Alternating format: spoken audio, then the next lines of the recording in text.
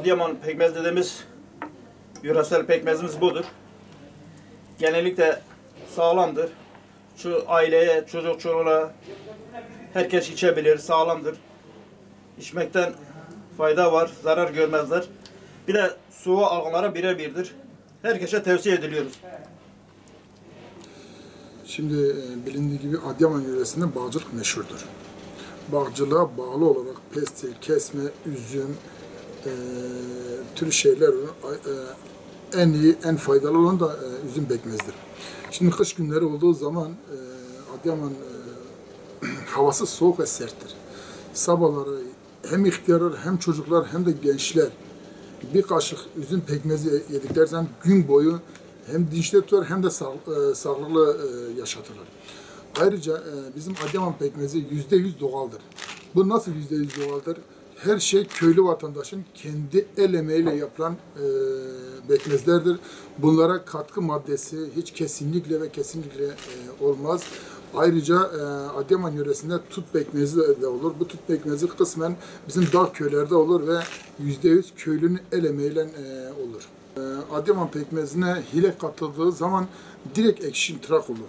Ekşimtırak olduğu zaman da o pekmez yenilmez. Çünkü Adıyaman pekmezinde hile katma şansımız kesinlikle ve kesinlikle olmaz.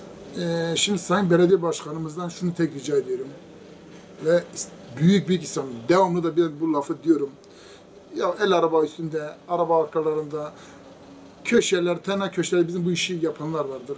Bu sağlık şartlarına uygun değildir ve bunlar engellemelerini istiyorum. Tabii ki Adıyaman yöresel pekmez yani gerçek bir pekmezdir çünkü köyler yaptığı zaman çok büyük bir hassasla yapılıyor.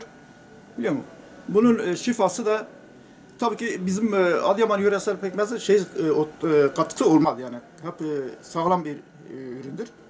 Pekmezimiz bazen buraya gelene kadar da tabii bir iki elle değişiyor. Yanımıza gelen zaman da gerçek sağlam olduğunu görüyoruz. Bu gerçek bir şeydir yani. Pekmezdir. Sağlamdır. Şifadır. Çocuklar içirebilir, büyükler içer. Suya karşı çok iyidir. Sağlıklıdır.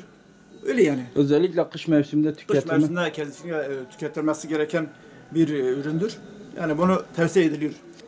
Dediğimiz işte bize güvenerek de bizim yanımıza geldiği zaman biz gerçek pekmez satıyoruz. Yani başkasının mesela bir şey mesela elde dolaşan pekmezlerimiz çarşıda ve köşelerde satan sokaklarda satılan pekmez gerçek bir pekmez olmayabilir ama bizimki sağlamdır. Bizim yerimiz belli, yurdumuz belli. Biz verdiğimiz şeyi arkasındayız.